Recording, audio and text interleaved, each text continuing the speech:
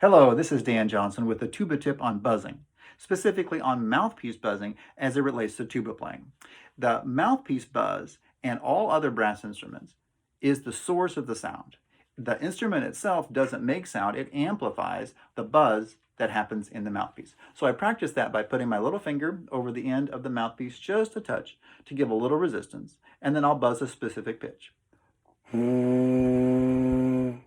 I'm listening for the sound to be centered and to be well supported. I'm also feeling the air flow smoothly through the mouthpiece. And then I can put it in the instrument and play one specific pitch.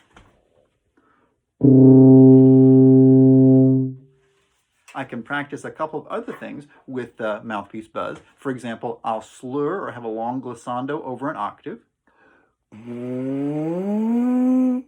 And within that octave, I can play what's called a harmonic series or specific pitches by using my ear and by adjusting my embouchure. This is really important in brass playing. It's called lip slurring, when we slur between two or more notes and don't change the vowels. In the tuba, that would sound like. So, if you're having trouble in brass playing, it's important to step away from the instrument and buzz that section on your mouthpiece. Thanks for listening to this tuba tip.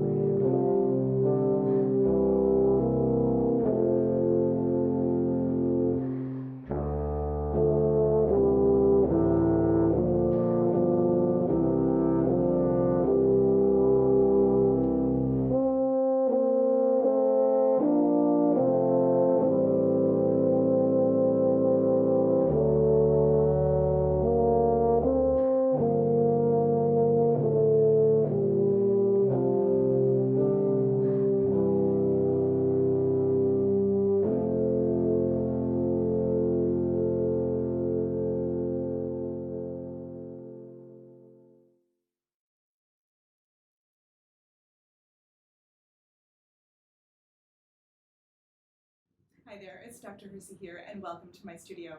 Today we're talking intonation, and we're going to work on minor thirds. Minor scales are sometimes not brought into the practice until more at the university level, but it's never too early to begin. So grab your horn and play along as we listen to those minor intervals.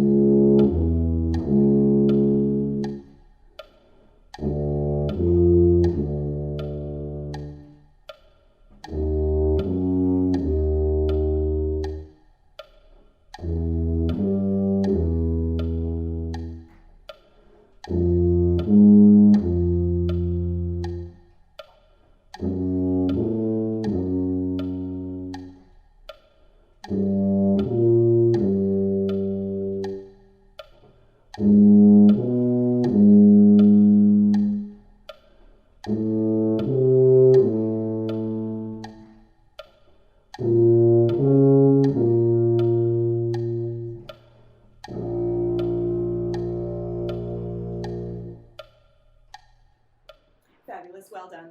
Keep those lowered thirds in your ear as you work on your minor scales. Take care.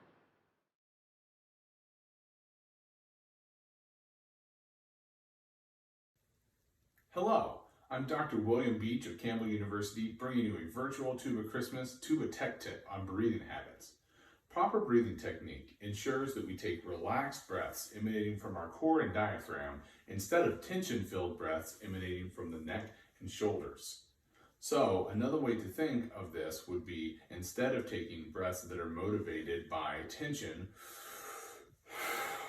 they are motivated in the way we normally breathe, like a conversational breath. A great way to practice this is with breathing exercises such as this one. We're going to count 8 counts for inhalation and 8 counts for exhalation, just like this. Ready, and breathe in. Breathe out. Using these breathing exercises ensures that we have a proper inhalation to exhale and have a clean, well-supported attack on the beginnings of notes. If you practice these breathing techniques and breathing habits, you're guaranteed to have a nice articulation and well-supported tone. Thank you so much for watching our virtual Tuba Christmas, and I hope that you yourself have a very Merry Tuba Christmas.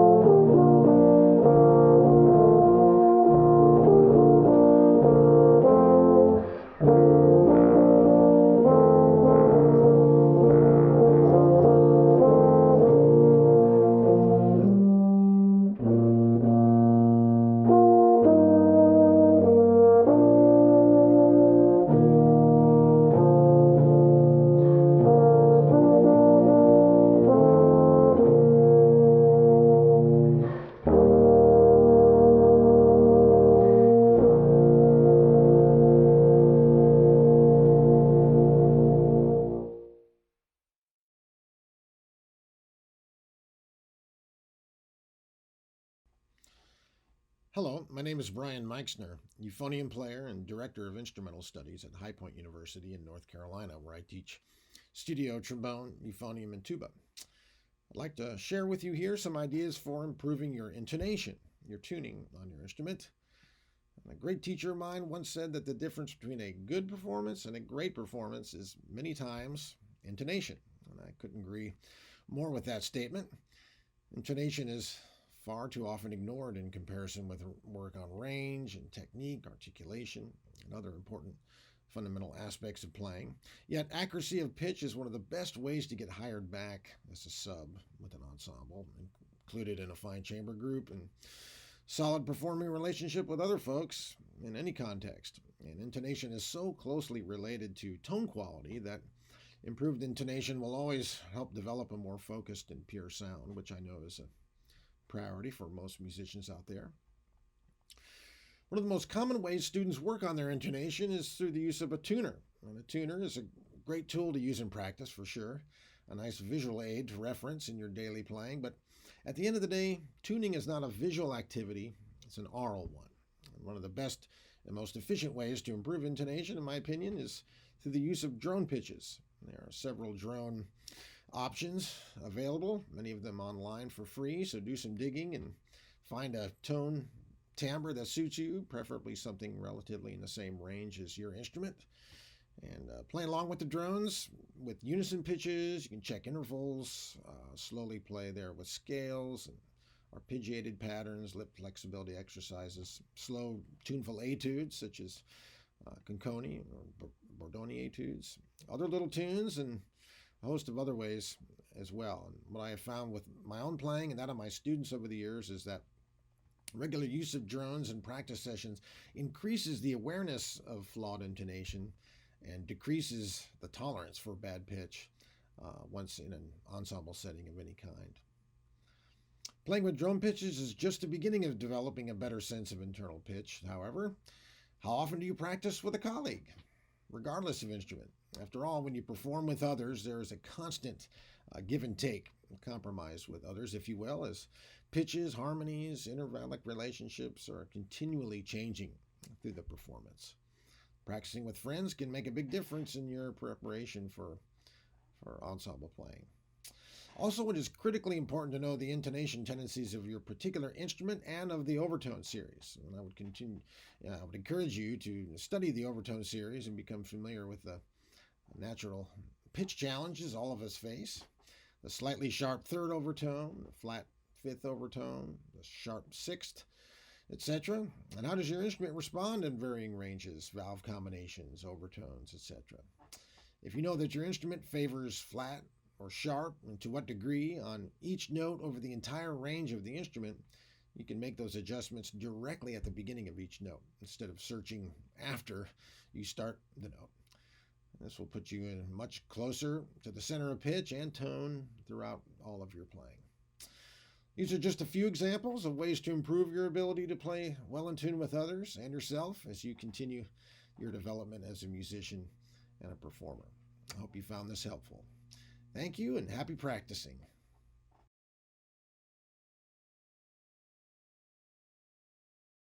Thank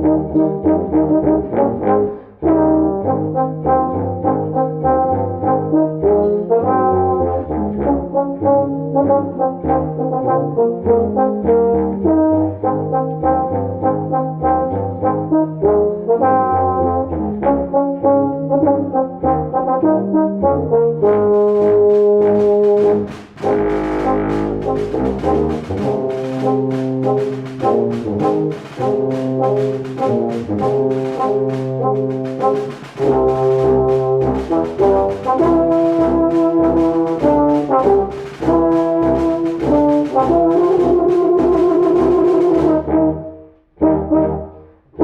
Thank you.